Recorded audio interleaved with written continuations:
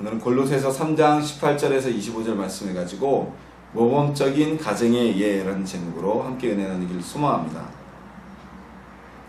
제가 며칠 전에요 인터넷 검색을 하다가 한 예능 프로그램의 동영상이 소개되어 있는 것을 보았습니다. 거기에 보면 어떤 한 여배우가, 그 프로그램에 출연한 여배우가 한 시를 듣고서 눈물을 흘렸다, 풍오열했다 라는 이런 제목이 달려 있어서 한번 클릭을 하게 됐어요.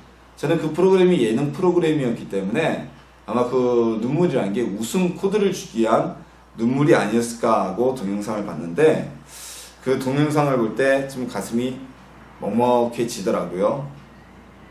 그 동영상에서 낭독된 시가 바로 이 시입니다. 제가 한번 낭송해 보겠습니다. 스며드는 것, 안도현. 꽃게가 간장 속에 반쯤 몸을 담그고 엎드려 있다. 등판에 간장이 울컥울컥 쏟아질 때 꽃게는 뱃속의 알을 껴안으려고 꿈틀거리다가 더 낮게, 더 바닥 쪽으로 웅크렸으리라. 버둥거렸으리라. 버둥거리다가 어찌할 수 없어서 살 속으로 스며드는 것을, 한때의 어스름을 꽃게는 천천히 받아들였으리라. 껍질이 먹먹해지기 전에 가만히 알들에게 말했으리라. 저녁이야. 불 끄고 잘 시간이야. 이 시를 듣던 여배우는요, 눈물을 펑펑 쏟기 시작했습니다. 근데 그 여배우와 함께 있던 청소년들은 눈물을 흘리는 여배우를 보면서 웃기만 했어요. 왜 우냐, 그런 표정을 지으면서. 하지만 저도 이 시를 들으면서 이 시에 담긴 의미가 느껴지자 온몸에 전율이 일어나고 가슴이 먹먹해지기 시작했습니다. 시의 내용이 무엇입니까? 간장게장을 담을 때 우리가 게를, 살아있는 게를 넣죠. 알을 품고 있던 살아있는 게가 간장게장에 담겨지고 있는 겁니다. 간장이 부어질 때 이 어미게는 품속에 있는 알을 조금이라도 안전하게 구하기 위해서 몸을 웅크리고 또 몸을 더 낮게 낮추었습니다. 몸부림을 쳤습니다. 하지만 어미개의 몸속으로 간장은 점점 스며들기 시작했고, 그 어스름으로 인해서 어미개는 생명력을 점점 잃어갔습니다. 그리고 마지막 생이 끊어지기 전에 어미개는 자신의 품속에 있는 알들에게 얘기합니다. 저녁이야. 불 끄고 잘 시간이야. 죽음 앞에서도 새끼들이 두려워하지 않도록, 놀라지 않도록 끝까지 다독이는 이 어미의 마음을 표현한 한마디였던 것입니다. 가정은 모든 사람들의 마음의 고향입니다. 가정이 잘 돼야 모든 일이 잘 됩니다. 가와 만사성이라는 이야기가 있지 않습니까? 오늘 본문은요, 가정 내에서의 부부관계, 그리고 부모와 자녀의 관계, 그리고 한 집에 거하는 주인과 종의 관계의 모범을 예시해 놓은 성경 요절입니다. 우리 오늘 말씀을 기준 삼아서요, 모든 이에게 모범이 되는 아름답고 화목하고 하나님의 기쁨이 되어지는 여러분들의 가정이 되기를 소망합니다. 우리의 가정은 어디서부터 시작되었을까요? 우리가 잘 알다시피 태초에 하나님은 천지를 창조하시고 그리고 흙으로 사람을 지으셨습니다. 그리고 그 사람의 이름을 아담이라고 칭하셨어요.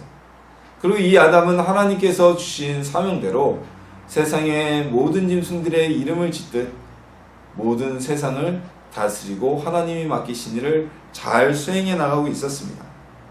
그러나 하나님께서 오시기에는 아담이 홀로 사는 것이 무척 보기가 좋지 않으셨어요. 왜냐하면 세상의 모든 생물은 다 짝이 있었는데 사람만이 짝이 없이 홀로 지내고 있었기 때문입니다. 그래서 하나님은 외롭게 홀로 살아가던 아담에게 배필을 만들어 주시기로 결정하십니다. 그리고 아담을 깊은 잠에 들게 하시고 그의 갈빗대를 취하여 하와라는 여인을 만드십니다. 그리고 그 하와를 아담에게 소개팅을 시키시고, 그리고 아담과 하와가 부부가 되게 만드셨던 것입니다. 자, 그런데 하나님께서는 왜 하와를, 아담의 배필된 여인을 아담처럼 흙으로 짓지 않고 그의 갈빗대를 빼서 지었다고 했을까요? 왜 그렇게 지으셨을까요? 자, 이것은요, 아담과 하와는 한 몸과 같은 존재라는 것을 의미합니다. 즉, 서로 각각 다른 사람, 생물학적으로는 연관이 없는 사람들이 만났지만 살아왔던 환경과 그리고 자신의 겉으로 생긴 모습과는 달리 혼인으로 맺어진 관계는 생물학적인 관계를 뛰어넘는 정신적으로 하나가 되어지는 한 몸이 되어지는 관계라는 것입니다. 하나님께서는 아담과 하와를 지으시고 아담을 먼저 지으시고 아담이 홀로 있는 것이 외로워 보여서 마음이 편치 않으셔서 하와를 지으시고 가정을 맺게 하시는 축복을 주신 거예요. 따라서 오늘날 이 가정제도라는 것은 하나님께서 인류에게 주신 축복된 제도인 것입니다. 아담이 홀로 살았다면 가정을 이룰 수가 있었을까요? 그는 가정을 이룰 수가 없었을 것입니다. 하나님께서 직접 하와를 만드시고 소개팅을 시켜주셨기 때문에, 오늘날로 말하면 소개팅이죠, 시켜주셨기 때문에 가정을 이룰 수가 있었던 것입니다. 에덴 동산이 아담과 하와, 우리 인류에게 주어진 넓은, 아담이 다스려야 할 생육하고 번성하여 정복해야 될 넓은 세상이었다면, 아담에게 주어진 하와와의 그 가정 역시 아담이 정복하고 다스릴 작은 세상이었습니다. 아담은 넓은 세상인 에덴 동산과 함께, 이 세상과 함께 우리 사람들은 작은 세상인, 내 안의 세상인 가정도 잘 다스려야만 합니다. 자, 따라서 바깥 일에 너무 바빠서 가정을 소홀히 하는, 그것은 하나님의 뜻을 거스르는 일인 것입니다. 부모들은 경제적 활동 때문에, 아이들은 학업 때문에 가정이라는 세계가 많이 축소되고 있는 요즘의 모습이 그래서 참으로 안타까운 것입니다. 이것은 왜냐하면요, 하나님께서 가정을 만들어주신 의미와 그 뜻과 부합되지 않기 때문입니다. 가정은 사람들에게 안식처가 됩니다. 그리고 가정은 사람들에게 최후의 보루입니다. 세상의 모든 이들이 비난하고 정죄할지라도 내 가정에서 응원과 지지를 통해 힘을 얻을 수가 있어야만 합니다. 회복될 수 있어야만 합니다. 바로 그것이 우리에게 주어진 가정의 순기능입니다. 하나님께서는 가정이라는 제도를 통해서 생물학적인 번성이나 생물학적인 연합이라는 그 기능 외에 사람들의 상처가 치유되고 안식을 얻게 하시는 축복된 기능을 베풀어 주셨습니다. 치유의 기능을 베풀어 주셨습니다. 그런 가정의 모습이 지금 오늘날 우리에게 얼마나 있을까요? 여러분, 가정은 하나님께서 모든 사람에게 주신 축복된 제도입니다. 가정은 예수님을 믿는 사람이나 예수님을 믿지 않는 사람이나 모든 이들에게 주어진 축복된 제도인 것입니다. 우리 하나님이 우리에게 허락하신 그 가정을 아름답게 지켜서 행복의 장소가 되는 여러분이 되기를 주님의 이름으로 소망합니다. 자, 오늘 본문은요, 남편과 아내 그리고 부모와 자녀 간의 가족관계의 방법을 먼저 말하고 있습니다. 그리고 한 가정의 일원이었던 종과 주인의 관계의 방법도 우리에게 제시하고 있습니다. 자, 먼저 남편과 아내의 관계를 다음과 같이 오늘 본문은 이야기하고 있습니다. 좀 더 이해하기 쉬운 현대어로 번역된 세번역 성경을 제가 본문을 나누겠습니다.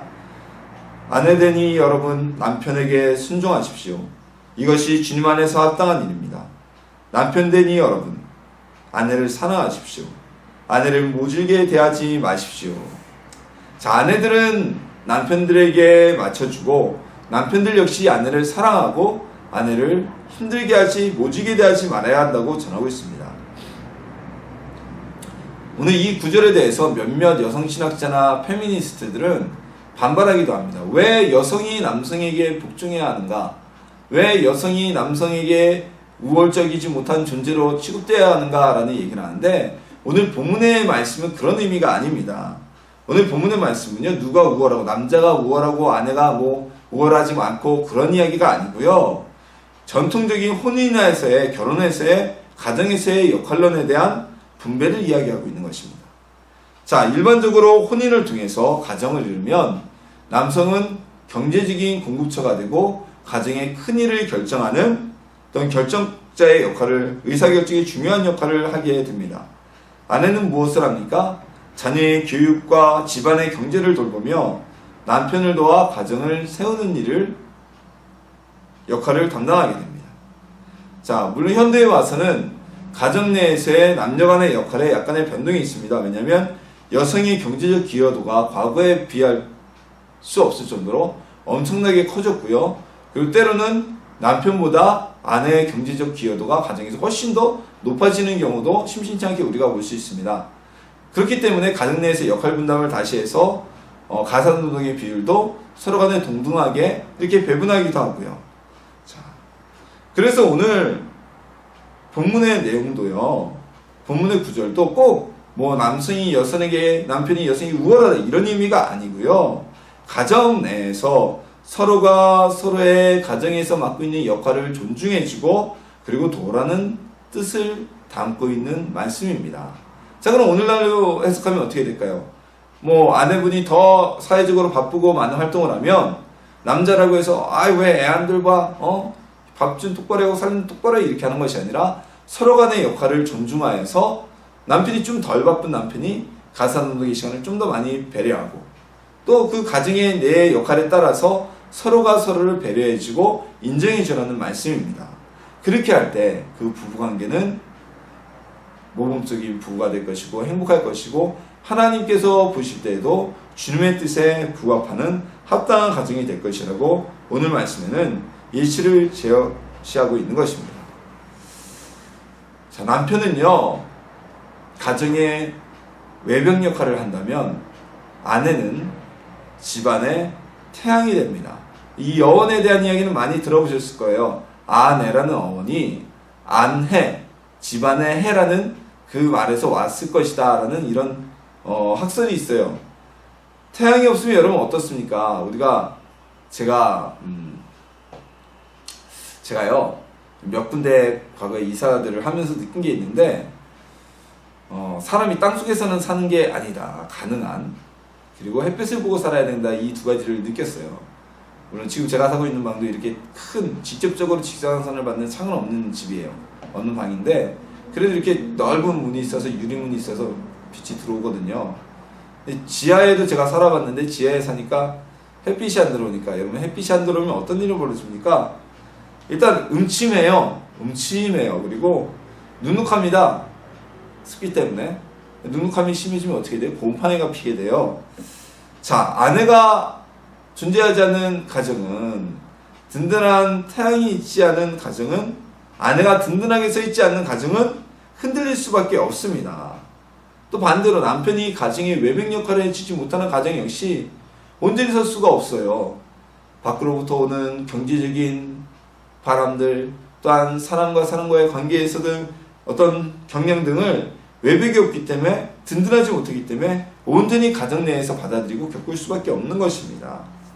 자, 그 한 예로 이런 게 있죠. 고부간의 갈등. 이 고부간의 갈등의 시작은요, 남편의 적절치 못한 언행에서 대부분 시작되어진다고 하죠. 왜냐면 남편이 가정의 외벽으로서 어머니와 아내 사이를 잘 중재해야 되는데 이 남편이 그 중재를 제대로 하지 못하면 그때부터 이제 고부 갈등이 싹이 트고 가정이 흔들리게 된다고 합니다. 자, 남편과 아내가 서로를 존중하며 도울 때 그 가정은 행복한 가정이 되는 것입니다. 자, 그러니까 이제부터 결혼하면 초장에 잡아야 돼. 주도권을 잡아야 돼. 내가 저 버릇을 꼭 고쳐놓고 말 거야. 저 잘못된 행동 내가 꼭 고칠 거야. 라는 이런 생각을 하지 마시기 바랍니다. 무슨 가정이 서로가 주도권을 잡고 싸워야 되는 국회도 아니고요. 남편과 아내는 여당과 야당도 아니에요. 한 몸으로서 서로 존경의 대상이 되어야 되고 서로가 배려의 대상으로 바라보는 부부가 되어야 할 것입니다. 그것이 하나님의 뜻이고 주님의 뜻이에요. 그렇게 될 때 오늘 본문의 말씀대로 따라갈 때 여러분은 행복한 가정, 행복한 부부, 아름다운 부부가 될 수 있을 것입니다. 주님의 뜻대로 서로 존중하고 배려해서 행복을 누리는 부부가 되시기를 소망합니다. 또한 오늘 본문은요, 부모와 자녀의 관계에 대해서도 간략하지만 아주 명확한 면제를 우리에게 주었습니다. 자, 자녀는 부모의 말에 복종하고 부모 역시 힘과 권력으로 자녀를 억압하지 말고 존중하라는 것입니다. 자, 오늘 본문에서는 이 개역성경에서는 자녀들아 부모에게 순종하라고 번역되어 있지만 새 번역성경에서는 강도가 좀 틀려집니다. 새 번역성경에서는 자녀들아 부모에게 복종하라고 번역이 되어 있습니다. 여러분, 순종과 복종은 사전적 의미나 그 복종의 차원이 달라집니다. 순종은요, 나에게 선택권이 있습니다. 그래서 해도 되고 안 해도 됩니다. 그러니까 순순히 따르는 게 순종입니다. 순순히 안 따라도 됩니다. 자, 그러나 복종은 무엇입니까? 복종은 무조건 따라야 되는 것입니다. 명령에 따르듯이, 군인이 상관의 명령에 복종하듯이 이건 따르지 않으면 안 되는 게 바로 복종입니다. 자녀들은요, 부모의 말에 복종하는 것이 성경의 진리입니다. 싫어도 따라야 되는 것이 복종입니다. 저도 자녀가 되어서요, 때로는 저 부모님의 말씀에 복종하지 못할 때가 있습니다. 이것도 저도 회개할 일이고 늘 뒤돌아서 회개하는데, 하나님께서 원하시는 것은 자녀들에게 부모에게 복종하라고 명령하신 것입니다. 자, 부모에 대한 성김은요, 10계명에서 하나님께 대한 계명, 4계명까지 하나님께 대한 계명을 대신 계명이라 합니다.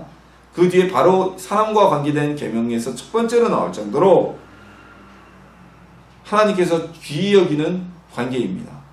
그리고 부모와 자녀의 관계는 예수님께서도 늘 부모를 섬기라고 말씀을 하셨고, 그리고 예수님 자신도 십자가에서 돌아가시면서 어머니 마리아를, 성모 마리아를 요한에게 부탁하는 그런 모습을 보이셨습니다. 성경은 부모와 자녀의 관계를 통해서 하나님과 우리와의 관계를 볼 수 있다고 이야기하고 있습니다. 따라서 부모와 자녀의 관계를 온전하게 설정하지 못하는 사람은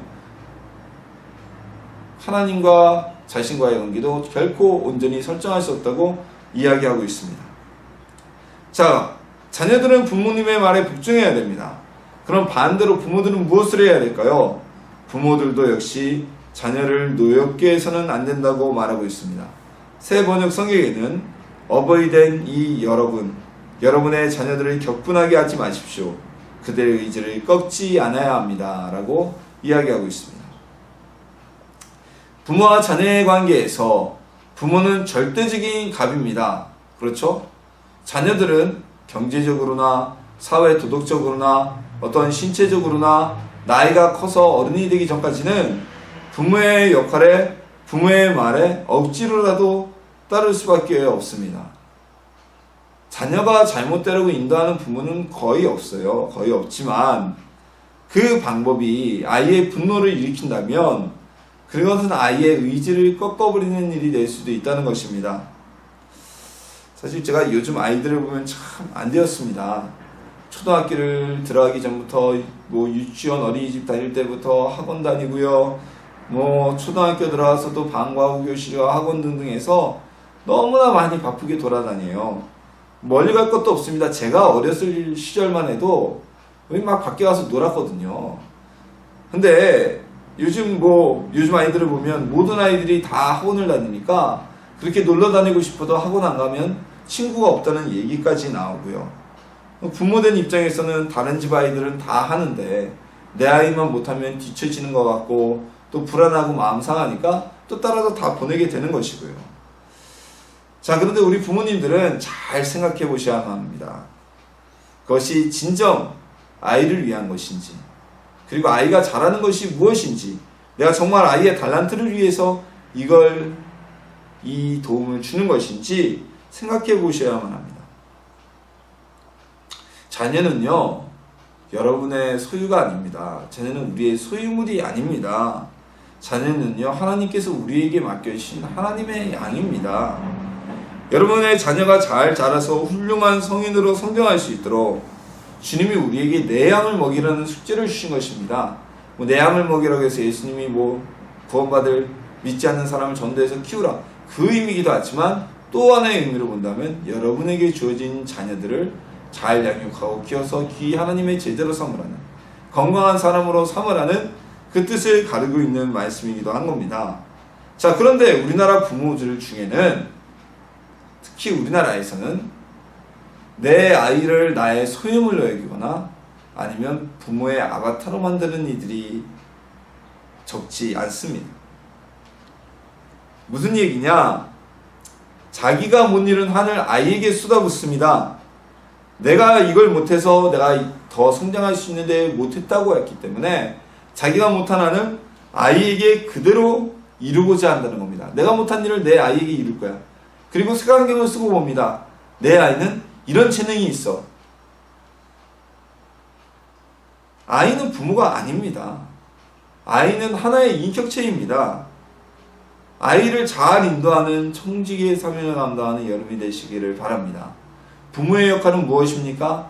부모의 역할은요, 아이에게 주어진 하나님의 달란트를 발견하고 그 아이가 그 달란트를 온전히 사용할 수 있도록, 그리고 다른 곳에 나가서 곁길로 가지 않도록 지키고 보호하고 하나님 말씀으로 양육하는 것, 그것이 부모의 역할입니다.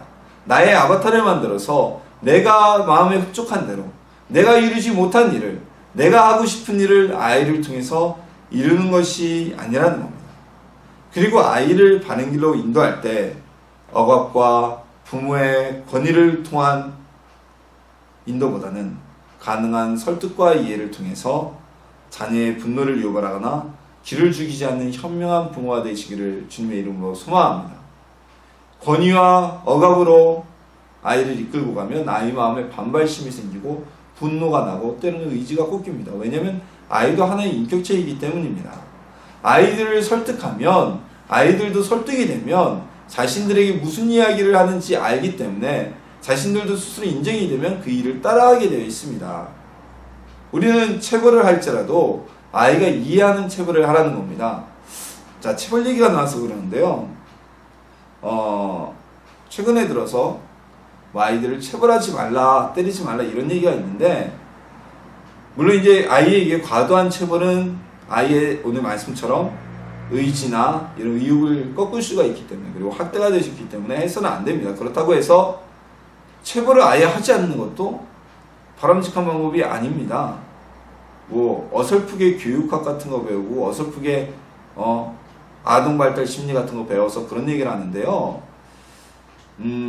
사람에게 있어서 가장 뚜렷한 각인 효과, 심리 효과를 가져오는 것은 어떤 훈련과 행동, 그리고 육체적인 자극을 통해서입니다. 그래서 체벌은 그 육체적인 자극, 각인을 주는 자극 효과 중에 하나가 있어요.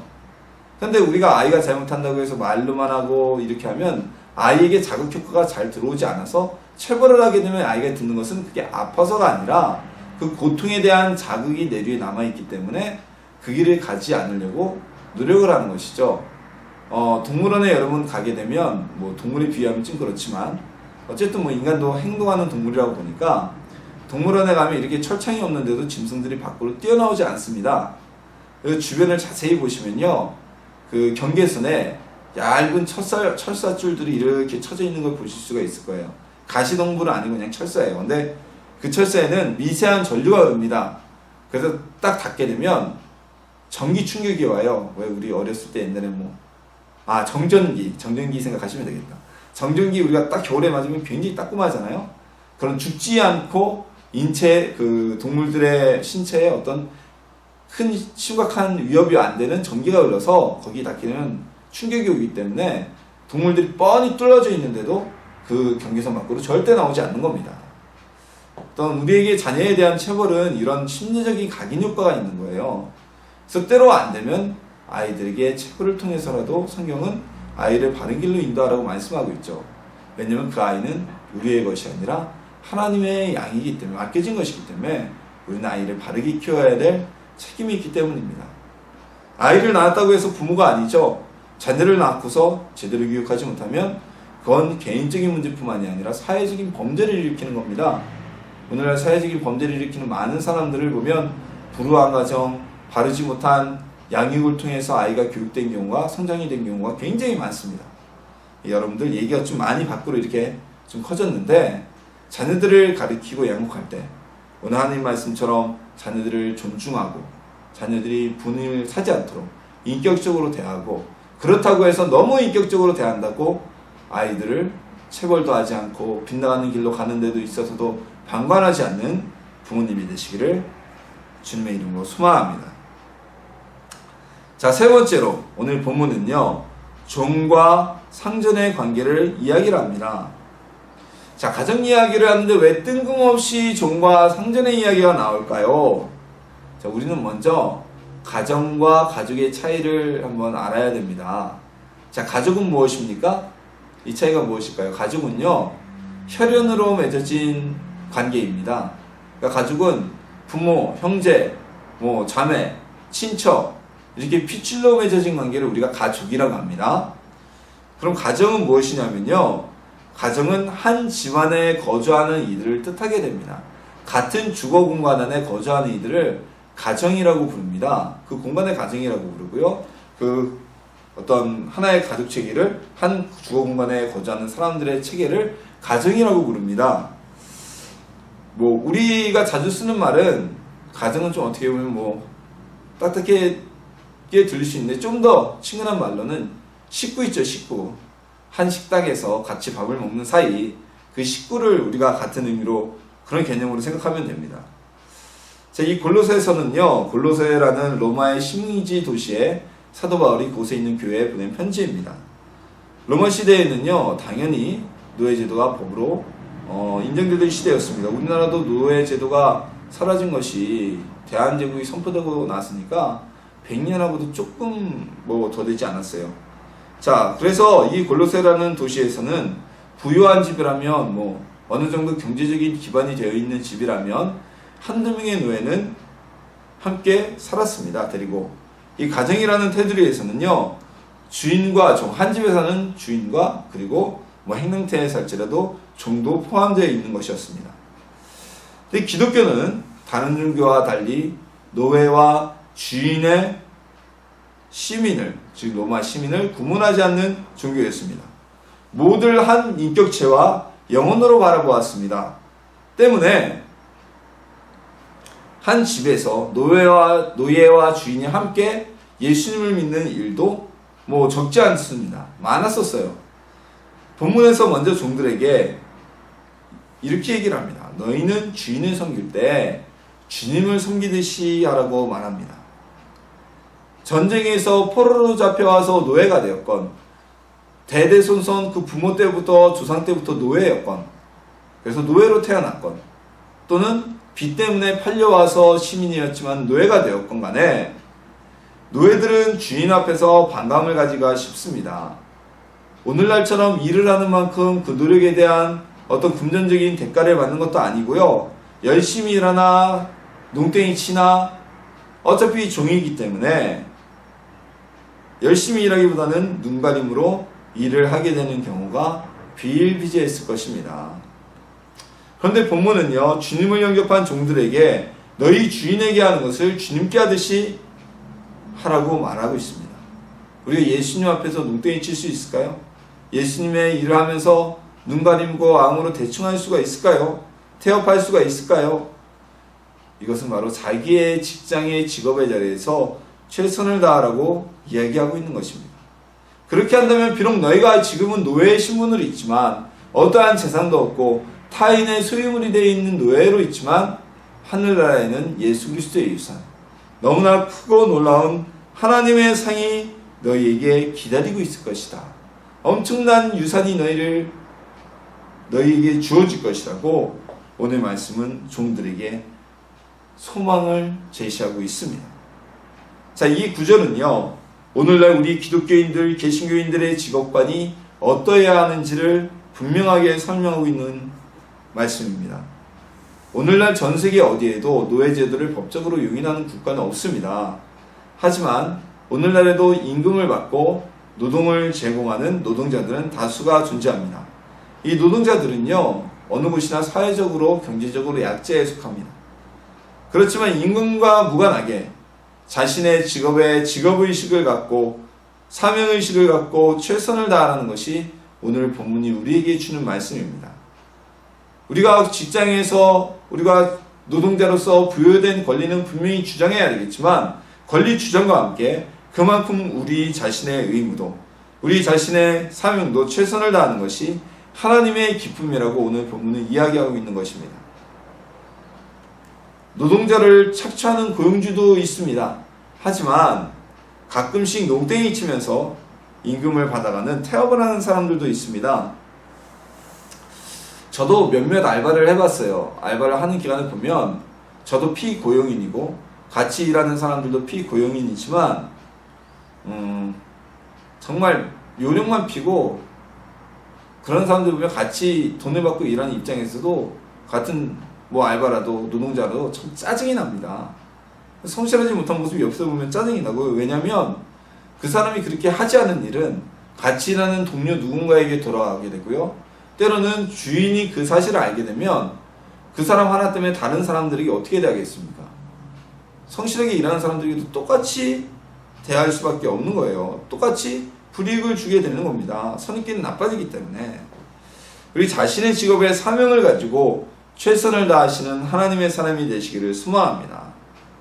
소위 이 땅에서는 진짜 쥐꼬리 같은 월급을 받을지라도 내가 진짜 더러워서 최저임금도 못 받고 이러지 말고, 비록 우리가 이 땅에서 그렇게 정말 작은 임금을 받을지라도 하늘에서 엄청난 상급을, 예수 그리스도의 유산과 산을 우리에게 주신다고 오늘 말씀이 약속하고 있잖아요.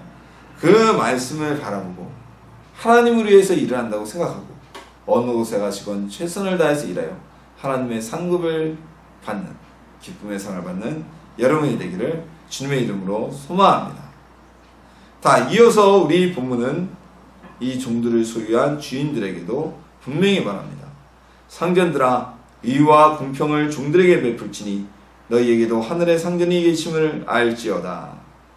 가정에 속한 종들을 재산이라고만 생각하고 이 로마 골로새서가 쓰여졌던 당시에는 노예들은, 종들은 재산이었어요. 인격체가 아니라 재산이었기 때문에.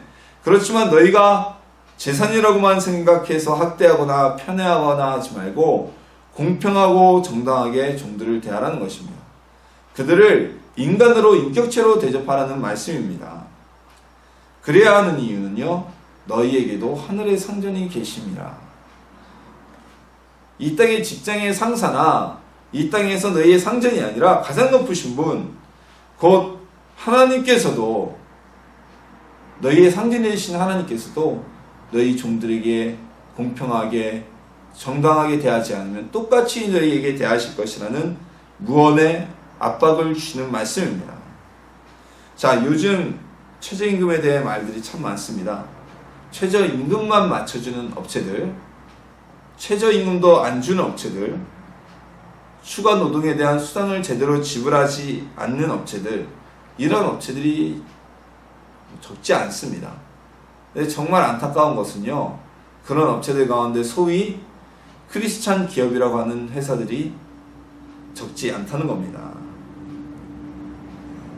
그렇게 기업을 운영해서 경영을 해서 나온 수익을 가지고 하나님께 11조를 드리고 하나님을 위해서 많은 헌금을 드리고 물질적인 봉사를 한다고 해서 하나님이 그 물질을 기쁘게 받으시겠습니까?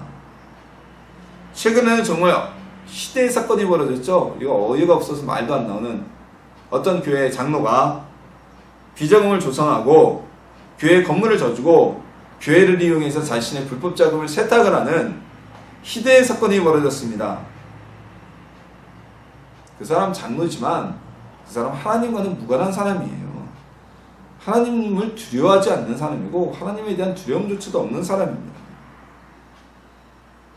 여러분들 직장에서 간부로 계십니까? 또한 사업체를 여러분이 경영하고 계십니까? 부하 직원과 직원들에게 공정하고 정당한 대가를 주고 대해 주십시오. 이것은요, 제 말도 아니고 전교조나 무슨 민노총회 같은 제야 노동단체의 주장도 아니고요, 오늘 성경에서 우리에게 하시는 말씀입니다. 성경은 누구의 말씀입니까? 하나님의 말씀입니다. 많은 사업주들이 핑계를 댑니다. 그렇게 임금 다 주고 그러면 우리 남는 거 없다고. 그럼 덜 남기던지, 아니면 사람을 쓰지 말고 그만큼 본인이 열심히 뛰면 되는 겁니다. 그렇지 않습니까? 사람 하나 더 쓰는 것은 더 남기기 위해서, 더 많이 팔아서 매상을 높이기 위해서 사람을 더 쓰는 거 아닙니까? 근데 사람 하나 더 써서 임금 더 주면 남는 게 없다는 게 말이 되나요? 장사 밑지면서 판다는 얘기랑 똑같은 얘기죠. 자, 우리 기독교 신앙의 축복은요, 우리의 축복은 다른 종교의 축복과는 개념이 다릅니다. 다른 샤머니즘이나 다른 종교에서 말하는 복은요, 자기만 부자 되고 자기만 누리고 자기만 행복해지는 게 복입니다. 근데 우리 기독교 신앙의 복은요, 나만 못 받는 게 아니라 내가 복을 받음으로 인해서 내 주변의 모든 사람들이 행복해지는 게 기독교 신앙에서 말하는 복입니다. 그래서 하나님께서 아브라함에게 복을 주실 때, 아브라함 너만 자손의 조상이 되고 너만 자녀를 갖게 되고 네가 후손을 갖게 될 것이다 라고, 너만 복 받을 것이다 라고 말씀하지 않으시고 뭐라고 하셨어요? 너는 복의 무엇이 된다고요? 근원이 될지라고 하나님 말씀하신 거예요. 아브라함의 받은 복을 통해서 아브라함 주변의 모든 사람이 복을 받는, 그 후손의 모든 사람이 복을 받는 그 복이 바로 하나님이 주시는 복입니다. 우리가 사업체를 경영하고 내가 부자가 되고 나의 사업체가 번성할수록 내 사업체와 내 개인의 주식가치만 놀러가는 것이 아니라 우리 회사에 함께하고 있는 직장 직원들이 함께 그들도 복을 받고 그들도 부자가 되고 그들의 임금의 수준도 좋아지고 복지후생도 좋아지는 것, 그것이 바로 하나님이 원하시는 복의 개념이고 축복의 개념인 겁니다. 우리 여러분 마음을 넓게 쓰시길 원합니다. 더 큰 마음을 가지시길 원합니다. 우리 축복, 하나님이 원하시는 축복이 무엇인지 기억하시고요. 우리 직장에서 또한 사업체를 경영하시는 상사 되신 여러분, 여러분의 부하 직원들을 정당하고 공정하게 대해주셔서 하나님이 원하시는, 하나님의 기뻐하심을 받는, 여러분의 상전이신 하나님의 사랑을 받는 상전이 되기를, 간부직원이 되기를, 사장님이 되기를 주님의 이름으로 소망합니다. 오늘 말씀을 결론 맺겠습니다. 이 가정은요, 하나님이 우리에게 주신 축복적인 제도입니다. 가정을 통해 우리는 자손을 생산하고 자손을 번성하는 생물학적인 기능뿐만이 아니라 우리 가정을 통해서 우리의 마음이 안식을 하는 안식처와 또한 충전의 낙원이 될 수 있게 하나님이 만들어 주셨습니다. 또한 가정을 통해서 우리가 서로 사랑하는 방법을 배우고 다투었어도 다시 화해하는 방법을 가정을 통해 배우게 만들어 주셨습니다. 부부 서로가, 그리고 부모와 자녀가, 상사와 부하 직원이 오늘 성경에 기록된 대로 행한다면 그 가정과 그 사회와 그 사업체는 하나님의 복을 받는 축복된 복의 근원이 되어질 것입니다. 가정에서 나의 자리를 벗어나지 않는 전화의 열매 되기를 원합니다. 내게 맡겨진 자리에서 서로의 역할을 존중하며 나아가는 하나님의 뜻을 이루는 여러분이 되시길 원합니다. 그리할 때 우리 성도님들의 가정이 하나님께서 복을 받아 복을 주셔서 화목하고 건강하며 풍요와 행복이 넘치는, 그리고 여러분의 가정을 통해 많은 사람이 축복을 받는 복의 근원이 되는 축복된 가정이 되기를 주님의 이름으로 축원합니다.